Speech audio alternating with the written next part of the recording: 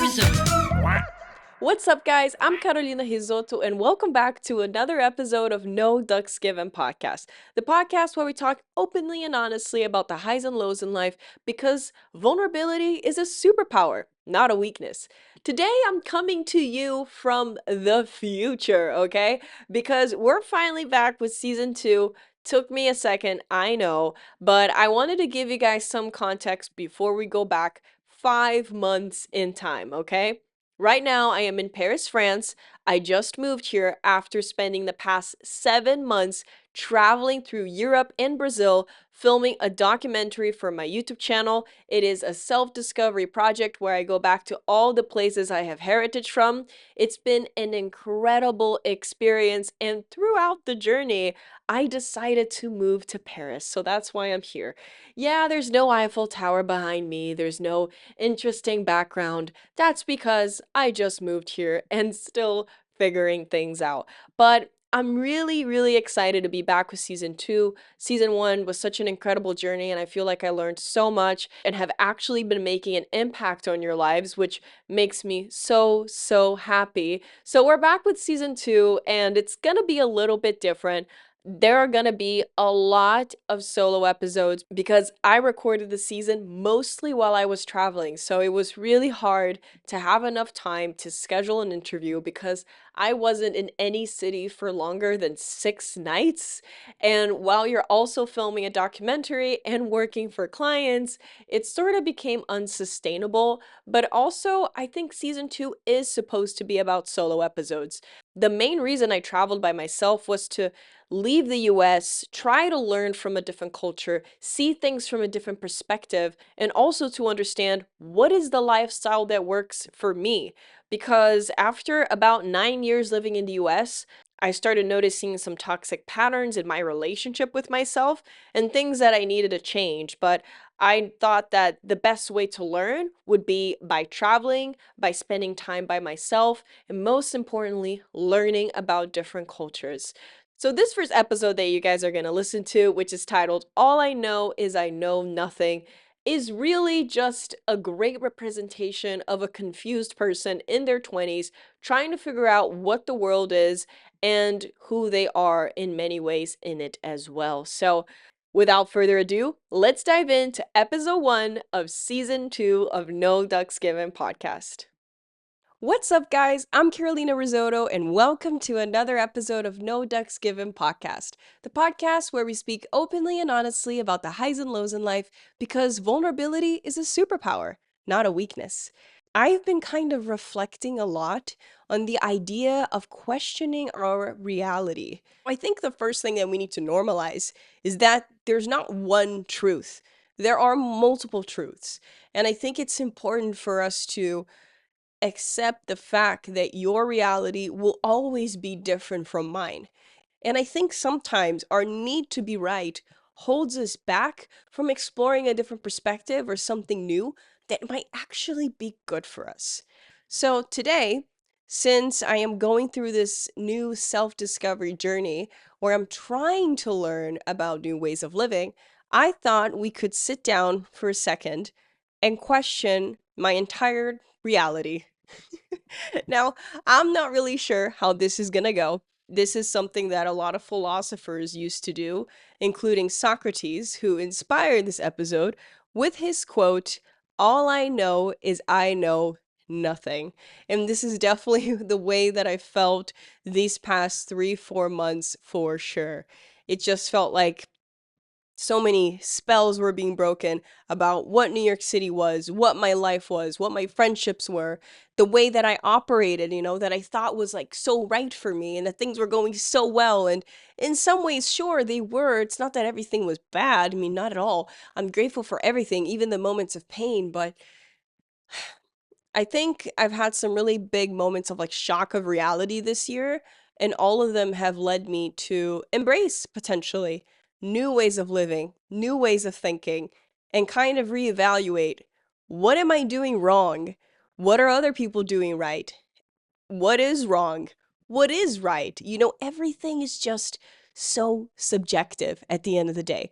So, throughout this episode, as we question our reality, the goal is not to be right or wrong about anything because there's no right or wrong answer. When it comes to ways of living, big city versus small city, it's hard because I think I need to actually have someone who lives in a small city to explain to me all the realities of it. But everything is just going to have so many variations because it depends on what small city you're from.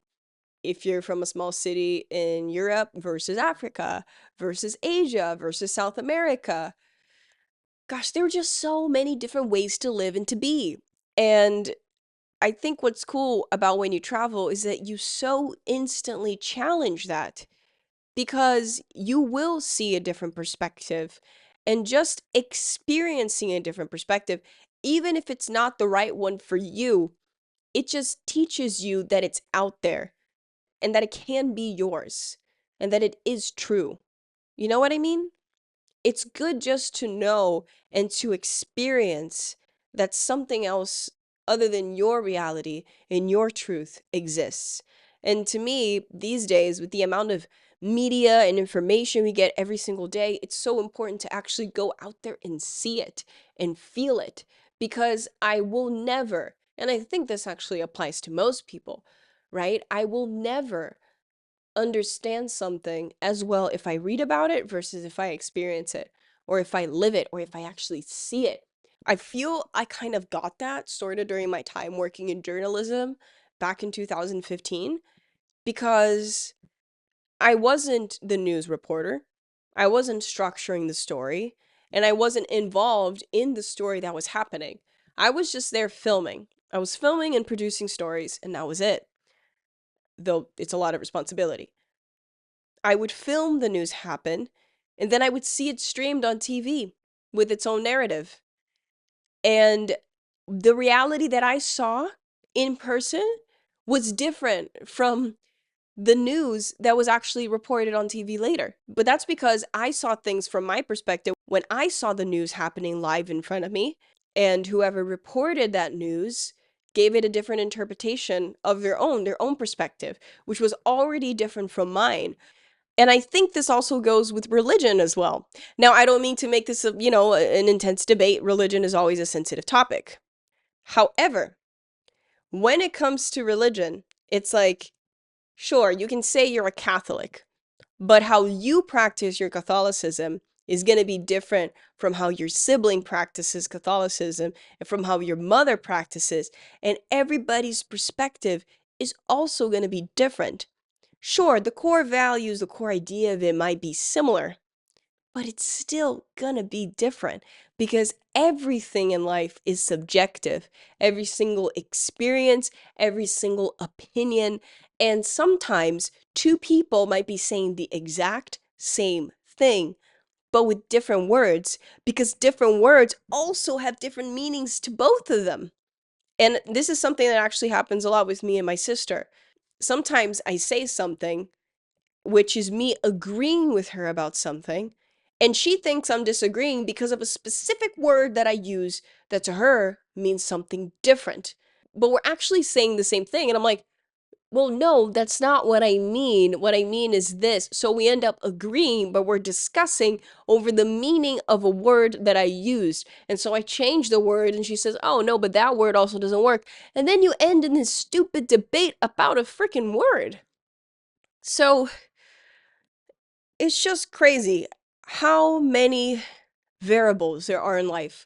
We create a language and there's a dictionary so we can, use specific words to describe certain things.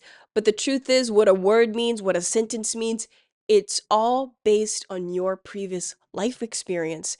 And that's going to have a huge impact on how you interpret things. So, for example, a really interesting expression, which is good for you. Good for you is a really popular expression in the United States. And people say it all the time. It's like someone gets a promotion, they say, good for you. If someone gets a boyfriend, good for you. People just love saying that. But sometimes they don't say it as enthusiastically as I did. Oftentimes it's just like, oh, good for you. That's the more the American way of saying it. Let's dial down a little bit the enthusiasm. Let's be honest. My mom actually hates this expression because to her, it sounds like, oh, good for you. Like, good for you, it's not good for me. She feels like it's someone saying congrats, but as if it sounded a little bit petty or a little bit jealous. It's like they're saying, good for you. And the reason is, if you translated that sentence to Portuguese, que bom pra você. Que bom pra você, which is a direct translation of good for you, is used contextually in sentences to say exactly what my mom interpreted, which is, oh, good for you, like screw you, like good for you, but that's none of my business. Like people, you see, there's like a negative intent behind the sentence. And so even language is something that's also incredibly subjective, and it's something that's supposed to kind of neutralize the playing field and make sure that people are understanding each other. But even so, people misunderstand each other all the time because of languages, which is also another reason why I think it's so important to learn different languages. So freaking important. And it's another part that's very exciting about this trip that I'm doing, that I'm getting to speak different languages. A lot of people take this for granted and they say, oh, well, with artificial intelligence, we don't really need anymore, or in a few years, we won't really need anymore to know different languages. All we have to do is just put it on Google Translate and it'll do a live translation. It's really not that simple. And I just gave you a great example of why. How people express themselves, their home language, is not only a representation of their culture, right? Because the origin of language, how it comes to be, it has a lot to do with the history of the place, which words they use more often, which expressions, even something that was really interesting about a conversation I had with my cousin who lives in Latvia, has been there for 10 years and speaks Latvian, which is an extremely challenging language. It's a completely different alphabet. I wouldn't even dare to learn it. It is so hard. I only know really basic words. But she said that there's no word for bigger, let's say, in Latvian. And let me explain to you exactly what that means. So in Brazil, because she's, born and raised in Brazil and moved to Latvia, we always have the standard word. So let's say big, right? We have the word big. That would be grande in Portuguese. But in Portuguese, we have two variations, which are meant for more or less. So we have grande, which is the neutral. More would be like super big, would be grandão. We just add an o at the end. But if we want it to be less, we add inho. So grande becomes grandinho. Grande, grandão, grandinho, right? So from smaller to big would be grandinho, grande, and grandão. For bigger, inho for smaller. And we do that for all kinds of things. And in Latvian, what's interesting is that they have a diminutive for words, meaning a way to make the word like mean something smaller, but they don't have a way to make the word seem something bigger. So they have grandinho, but they don't have grandão, which is crazy if you really think about it. But the reason for that, historically, it makes sense. These people were incredibly oppressed. They only had their independence as a country in 1918. A few years later, they lost it again. Then there was the Second World War. Then there was the communists. Then the USSR took over. And only in about 1991, if I'm not mistaken, they actually became free again. They've only been free for about 32 years, and this is the longest period they've ever been free. Historically, they've been constantly oppressed, oppressed, oppressed, and Russia has also tried to eliminate, in many ways, the Latvian language during their occupation. And still till this day, they try to make Russian one of the official languages of Latvia. So it makes sense now. We get to understand Latvia a little bit better by understanding their language and the way they communicate. And so I think it's so important for people to learn different languages, or at least to show interest and respect other people's languages, because it's a huge part of people's culture, their identity, and it really also helps avoid miscommunication. And coming from someone who has dated a French guy for many years, and you would assume that France and Brazil wouldn't be that different. Gosh, the way the French communicate versus Brazilians is just so different, guys. Like, sure, Brazilians are sarcastic, but the French are to another level. And so, even though during our relationship we basically spoke English, we very rarely spoke French because my French was not that great to sustain a relationship whatsoever, though I do want to become fluent very soon. And gosh, even though we were both speaking English, it felt like sometimes we were not, you know? So that's why I say it's just really important to go into any situation trying to understand the other perspective. And I really think that you're not able to do that if you're not able to accept that you might be wrong.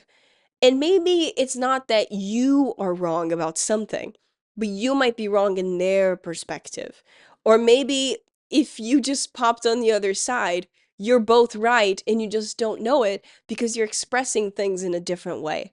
So I think it's important for people to look for that common ground. And there's just so many ways to go about it. But I think the first step is to let our egos aside and accept that we might be wrong about everything. Like, try to understand where the person is coming from first, you know? This is another thing that I lived a little bit through during my time in journalism. I remember in the 2016 presidential elections, which I worked on filming and producing for Brazilian TV News. It was a network called TV Bandeirantes. And I remember that we would interview a lot of people on the street about the election results and about who they were voting for. And in 2016, it was Trump versus Hillary. Big election. Lots that was discussed. I remember that there was so much shame at the time for being a Trump supporter that they were hiding. And we interviewed so many people. Very rarely would we get a Trump supporter to actually accept giving an interview. I think it's kind of shameful that Trump supporters never really got to open up at that time because, well, number one, when Trump won, people were really surprised because they were like, where did all these supporters come from? But I think that we missed an opportunity there because we could have found out why those Trump supporters were supporting Trump before it happened. You know, that could have been useful information. And I think ultimately, trying to understand why someone is going to vote for someone and why they were motivated to do that, and trying to understand their background story, their perspective, how they grew up, what are their influences, what kind of information do they have access to. All of these things define why someone has an opinion. And so instead of like shaming the Trump supporters, I feel like people should have tried to understand the Trump supporters first.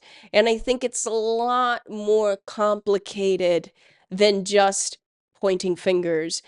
It's important for us to try and understand people's reasoning because they have this reasoning for a reason. And I don't think most people, hopefully, they have reasoning because they're evil. Their reasoning, their logic is because they generally feel like that will be the best for, hopefully, everyone. Because they feel like that's the greater truth. That is the best way to live. That's the way to be. Which also reminds me of my friend Calvin, who has been here on the podcast. He was the last episode of season 1. And he was the one who was a part of a cult for most of his life, for about 30 years. It was called the Fundamentalist Mormon. And he has, I think, 44 siblings, 5 moms. It's absolutely crazy. You should listen to that episode if you haven't. But that's the thing. In that world that he lived in, having 5 moms was normal. Having 44 siblings was normal. And they have this entire reasoning why that's normal and accepted. And when I listened to him and we did that interview, which has 2 different parts, by the way, it made sense to me. Just like Calvin didn't know really for 30 years that he was in a cult. You don't know if you might be in a cult. Like, you might be. You don't know that. You need to be able to question your reality to know what's real and what isn't. Nothing shows more confidence and courage than being able to question your reality. And if after you question it and you experiment and you try new things and you learn about different ways of living, for example, which was the focus at the beginning of this episode, after you've done all that, if you want to go back to the bubble and that's the way you want to live, great. But at least you've been educated. At least you've explored. And you've allowed yourself to challenge the reality that you know. And what you get out of that is not just necessarily confirmation about the way you used to live, or maybe a big realization that it's just not the right way to live for you. But you also learn to have a little bit more empathy. You learn about a different reality and you get to understand other people's way of thinking. And that is such a powerful tool because when you understand other people's thought process, when you learn about the way they think, you can empathize and you can communicate and you can actually make a real impact and make change. There's a way that we can communicate and that we can observe and learn society from a non-egotistical point of view and allow our reality to be challenged, our opinions to be challenged, and not take things so personally. You know, if we can detach the personal from debates and discussions, I think we can actually have room for conversation.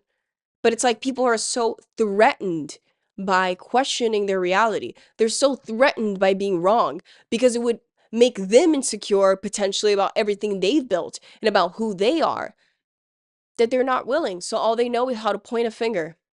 Tell me, how does pointing a finger save anything, any relationship?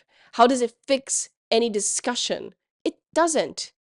It's just really frustrating to me, you know? Things would be a lot easier if people were willing to listen. And if there's one thing that I don't do anymore, is spend time explaining myself.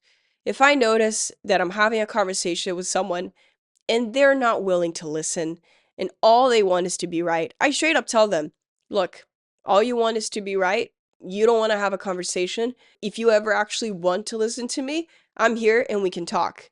But if you're coming from the perspective immediately that anything that I say you're going to disagree with because you already have your opinion, then you're already not listening. You need to be more open in order to expand your perspective and see more above your own ego.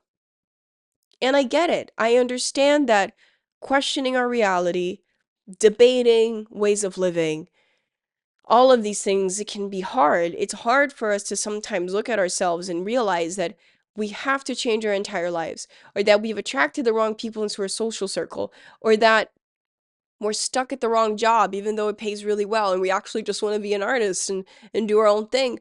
Like, these are all hard realizations.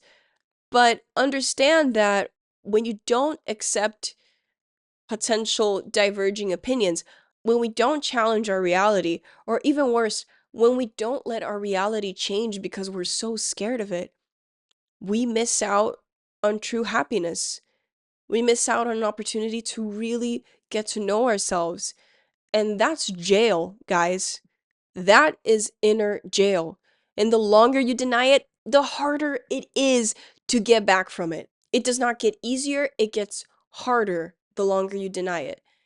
And the longer you accept different realities and points of view, the easier it gets to accept different realities and points of view. And something that I definitely hope to achieve and that I strive for, hopefully, is to become mature enough to not have explosive reactions to people who disagree with me. Because I feel like I can be a very reactive person. You know, if someone says something that bothers me, I will snap right back. If it's something that bothers me, like, I will say what I think and I will not filter it out, most likely.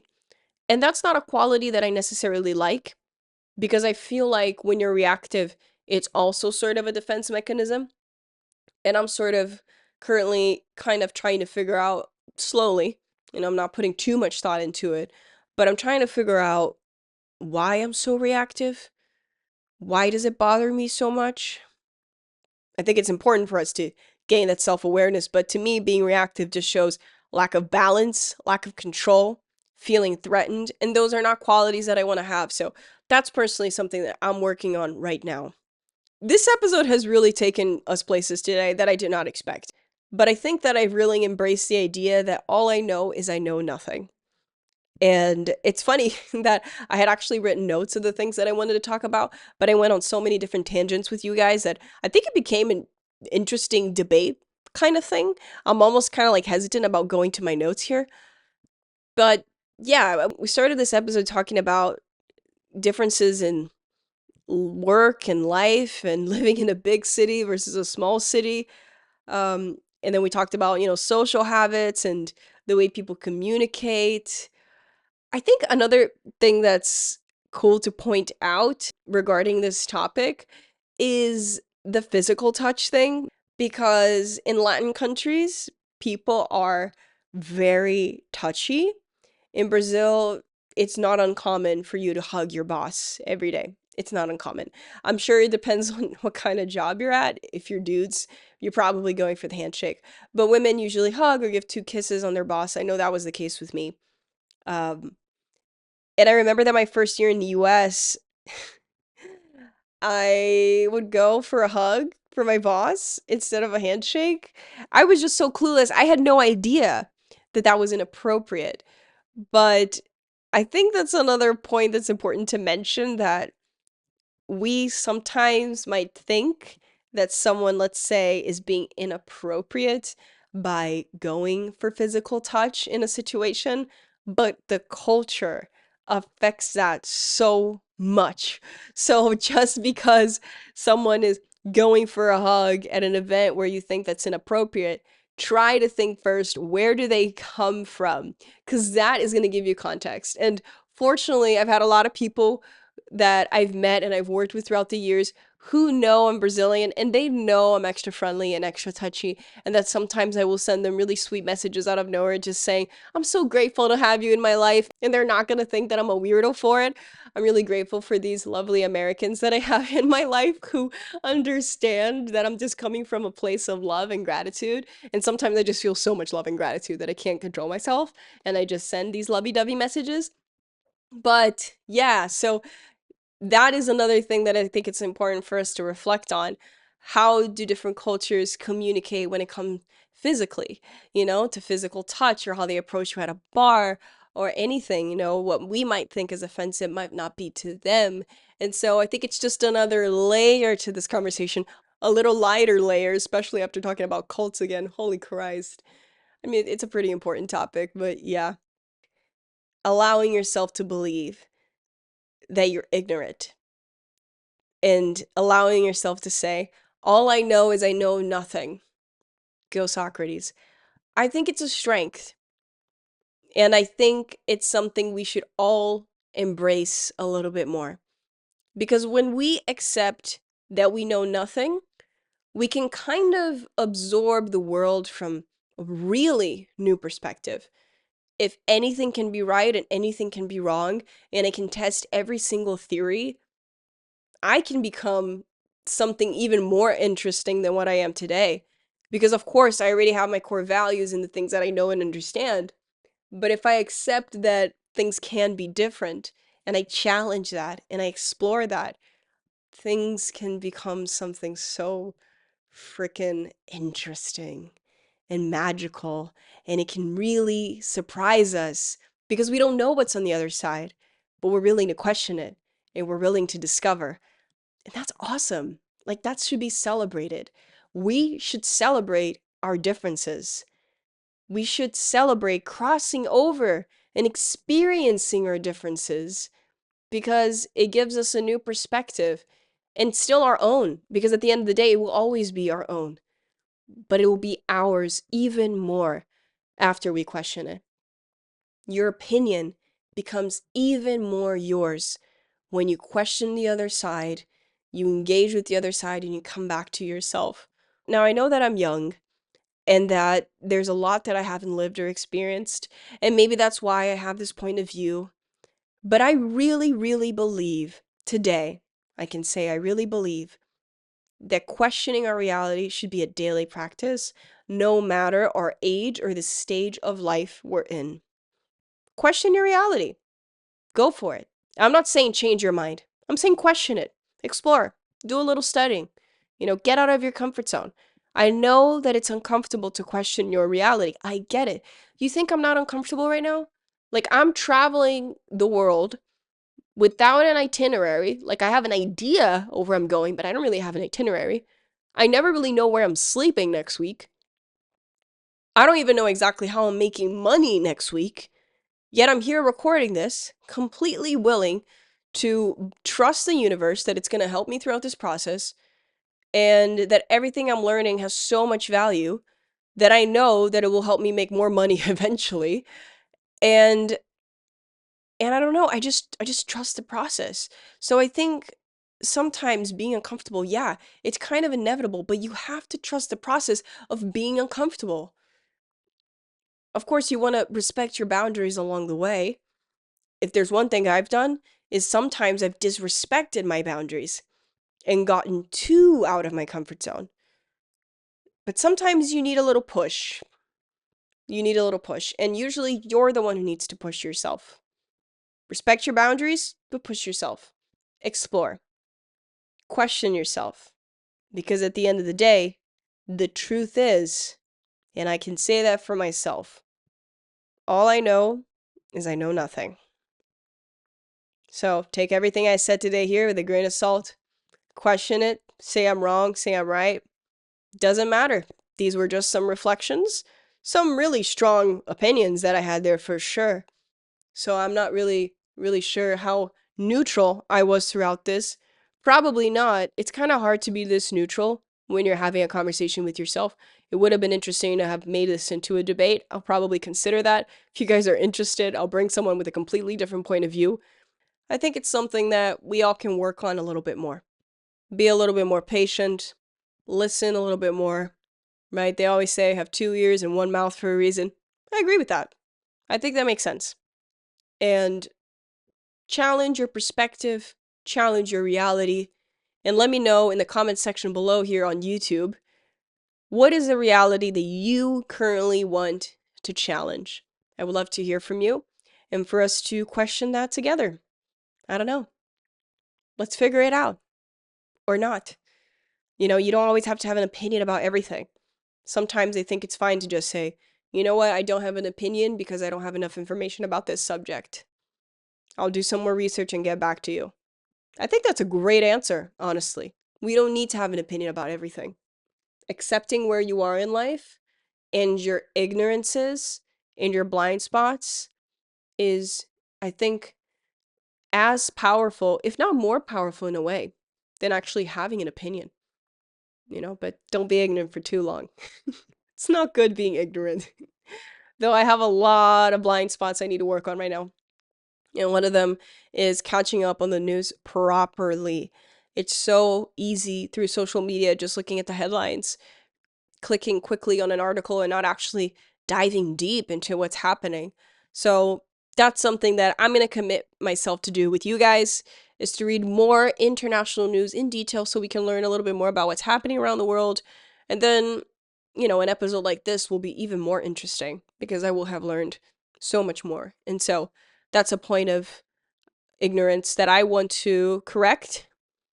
And it won't be that easily fixed because it takes time, but I'm more than willing. So that's it, guys. That was it for today's episode of No Ducks Given podcast. I really hope you enjoyed this weird reflection. This was incredibly improvised.